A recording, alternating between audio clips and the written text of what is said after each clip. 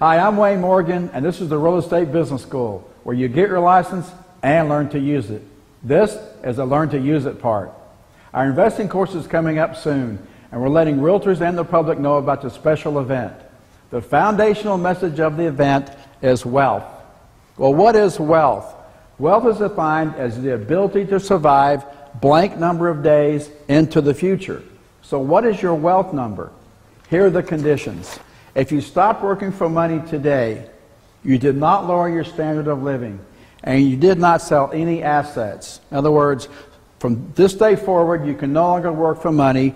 You cannot move out of the mansion into a condo or out of the condo under a bridge, and you didn't convert anything you own to cash. If you did those three things, how many days into the future could you survive financially? That's your wealth. Write the number in the blank. If you don't like your number or you want to increase your number, take the Principles of Investing class. This is the foundational message of the event. Thank you. Good luck in your business.